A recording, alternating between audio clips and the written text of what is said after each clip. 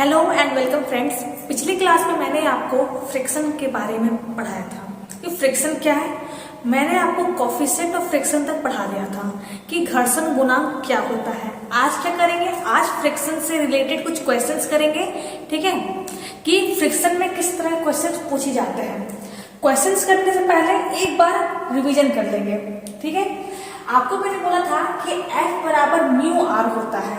क्या होता है? F बराबर म्यू आर। F क्या होता है? F आपका होता है घर्षण बल। म्यू क्या होता है? इसे बोलते हैं घर्षण गुणांक। और R क्या होता है? इसे बोलते हैं सामान्य प्रतिक्रिया, ठीक है। ये क्या था? आपका फॉर्मूला था। और मैंने कहा था कि जब आपसे घर्षण बल पूछे कि घर्षण बल का फॉर्मूला क्या होता है, तो ये फॉर्मूला यूज करेंगे। लेकिन अगर आपको बोले कि आपको घर्षण गुणांक निकालना है, क्या निकालना है? घर्षण गुणांक निकालना है, तो हम लोग क्या करेंगे? Mu equal to F upon R कर देंगे, ठीक है। इसी को चेंज कर देंगे, इसका जो फॉर्म है उसे चेंज कर देंगे, ठीक है। तो फ्रेंड, बात करते हैं अपने अगले क्वेश्चन, मतलब कि पहले क्वेश्चन की। सॉरी, बोला क्या है? क्वेश्चन है आपका क्वेश्चन नंबर 1, ठीक है। क्वेश्चन है जिसमें बॉडी है। ये क्या है? आपका बॉडी है, यानी कि वस्तु है। इसका जो मास दिया गया है, क्या दिया गया है? मास। इसका मास आपको दे दिया गया है, मास बराबर 10 किलोग्राम, ठीक है। मास कितना है इस बॉडी का? 10 किलोग्राम है। और आपको दिया गया है कि म्यू एस बराबर है आपका 0.4, ठीक है। और आपको बोला गया है कि इसका मैक्सिमम स्टैटिक फ्रिक्शन क्या होगा। कंफ्यूज मत होना, मैं लिख देती हूं। आपको बोला गया कि अधिकतम स्थैतिक घर्षण क्या है, ठीक है। 1 मिनट। आपको बोला गया अधिकतम स्थैतिक घर्षण क्या है। तो देखो, फॉर्मूला यही है, ठीक है। फॉर्मूला क्या है? फॉर्मूला यही है, F equal to mu R. तो आपको मास की वैल्यू दी गई है, ये स्टैटिक फ्रिक्शन की दी गई है, ठीक है। ये क्या है? मास है, ये आपका घर्षण गुणांक का वैल्यू दे दिया गया है। देखो, जब भी आपसे पूछे स्टैटिक फ्रिक्शन बराबर, क्या आपसे पूछे? स्टैटिक फ्रिक्शन शॉर्ट फॉर्म में लिखेंगे, स्टैटिक फ्रिक्शन आपसे पूछे तो इसका फॉर्मूला होता है म्यू एस इंटू एन। देखो, एन बोलो या फिर आर बोलो, बात बराबर, दोनों सेम चीज है, ठीक है। आर का मतलब भी सामान्य प्रतिक्रिया होता है और एन का मतलब भी सामान्य प्रतिक्रिया होता है। तो स्टैटिक फ्रिक्शन पूछे तो इसका फॉर्मूला होता है mu S into N. Mu S क्या है? म्यू एस क्या है? ये अधिकतम घर्षण गुणांक है। क्या है ये? हमारा स्थैतिक घर्षण गुणांक है। क्या है? स्थैतिक घर्षण गुणांक, यानी कि स्टैटिक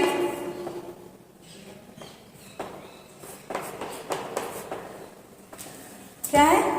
आप लोग हिंदी लिख लो, ठीक है। हिंदी ज्यादा बेटर रहेगा। म्यू एस क्या है? तो स्थैतिक घर्षण गुणांक है। ध्यान रखना, जब भी स्टैटिक फ्रिक्शन पूछे तो ये फॉर्मूला यूज करेंगे, ठीक है। पॉइंट दे देती हूँ। और जब भी आपसे पूछे काइनेटिक फ्रिक्शन, देखो मैंने आपको फ्रिक्शन के टाइप्स करवाए थे ना। उसमें आपका स्टैटिक फ्रिक्शन था, दूसरा आपका काइनेटिक फ्रिक्शन था, और तीसरा आपका रोलिंग फ्रिक्शन था। यानी स्थैतिक घर्षण क्या होता है, गतिज घर्षण क्या होता है, और घूमने वाली घर्षण क्या होता है। इन 3 टाइप्स के बारे में मैंने आपको बताया था। तो स्टैटिक फ्रिक्शन पूछे तो ये फॉर्मूला यूज करना है। अगर आपसे पूछे काइनेटिक फ्रिक्शन, क्या पूछे? काइनेटिक फ्रिक्शन बराबर क्या होता है, तो सिंपल यही रहेगा, बस म्यू के इंटू एन हो जाएगा। ये म्यू की क्या है? म्यू की क्या है? देखो, म्यू का मतलब है घर्षण गुणांक, और इस के का मतलब क्या है? तो के का मतलब है काइनेटिक, ठीक है। तो हो जाएगा आपका गतिज घर्षण गुणांक, गतिज घर्षण गुणांक। ठीक है, कोई दिक्कत नहीं है। जब आपसे काइनेटिक फ्रिक्शन पूछे तो ये फॉर्मूला यूज करना होगा। सेम चीज है, बस ये क्या है, म्यू एस है। एस का मतलब है स्टैटिक, एस का मतलब क्या है, स्टैटिक, और के का मतलब क्या है, काइनेटिक, यानी मैंने लिख दिया गतिज घर्षण गुणांक। कोई दिक्कत नहीं है। आपसे वही पूछा गया है कि बॉडी है जिसका मास 10 किलोग्राम है, ठीक है, और आपसे बोला गया है, और इसका जो स्टैटिक फ्रिक्शन, ध्यान दो, म्यू एस का मतलब क्या है, ये है, ठीक है। स्थैतिक घर्षण गुणांक कितना है, 0.4 है। कितना है, 0.4। आपको अधिकतम स्थैतिक घर्षण निकालना है, तो कैसे निकालेंगे, तो देखो फॉर्मूला क्या है, फॉर्मूला है ये, क्या है, maximum static friction, maximum static friction, ठीक है, यही हमें निकालना है। फॉर्मूला क्या होता है स्टैटिक फ्रिक्शन का, देखो मैक्सिमम का मतलब क्या है, अधिकतम, ठीक है, कोई मतलब सेम चीज है, बस ये अधिकतम घर्षण गुणांक आपसे पूछा गया है। तो क्या होता है, म्यू एस इंटू एन होता है। क्या होता है, म्यू एस इंटू एन। तो देखो म्यू एस तो आपको दे दिया गया है, म्यू एस कितना दिया गया है, 0.4 इंटू ये एन क्या है। अब एक पॉइंट याद रखना, आपको एन निकालना होगा। आपको मैंने सामान्य प्रतिक्रिया, अगर आपने नहीं पढ़ा है सामान्य प्रतिक्रिया या फिर फ्रिक्शन चैप्टर, तक पढ़ ले, नहीं तो आज समझने में थोड़ी सी दिक्कत आ सकती है। आपको मैंने बोला था कि एन क्या होता है, जब भी कोई वस्तु किसी सरफेस के ऊपर रखी रहती है तो क्या होता है कि पृथ्वी अपनी ओर किसी वस्तु को आकर्षित करती है, एक बल लगाती है। कौन सा बल लगाती है, मैंने कहा था ना कि कोई वस्तु को पृथ्वी अपनी ओर आकर्षित करती है, एक बल लगाती है, एक बल लगाती है, उसी बल को क्या कहते हैं, भार कहते हैं। कहा था मैंने, कहा था ना, और उतना ही बल क्या होता है, ऊपर की साइड लगता है, जिसे एन कहते हैं या फिर आर कहते हैं। एन और आर क्या है, सामान्य प्रतिक्रिया है। फिर से कह रही हूं, जब भी कोई वस्तु किसी सरफेस के ऊपर रखी रहती है तो पृथ्वी इसको अपनी ओर आकर्षित करती है, बल लगाती है, उसी बल को भार कहते हैं। जितना बल नीचे लगेगा उतना ही बल क्या ऊपर की साइड लगेगा ना। तो देखो, अगर भार बराबर क्या होता है, आपको मैंने बोला भार बराबर होता है आपका mg होता है। क्या होता है, mg। m क्या है, इस वस्तु का द्रव्यमान जो कि 10 किलोग्राम है, और g क्या है, g होता है आपका, g क्या होता है, g होता है आपका गुरुत्वीय त्वरण, गुरुत्वीय त्वरण, यही होता है ना।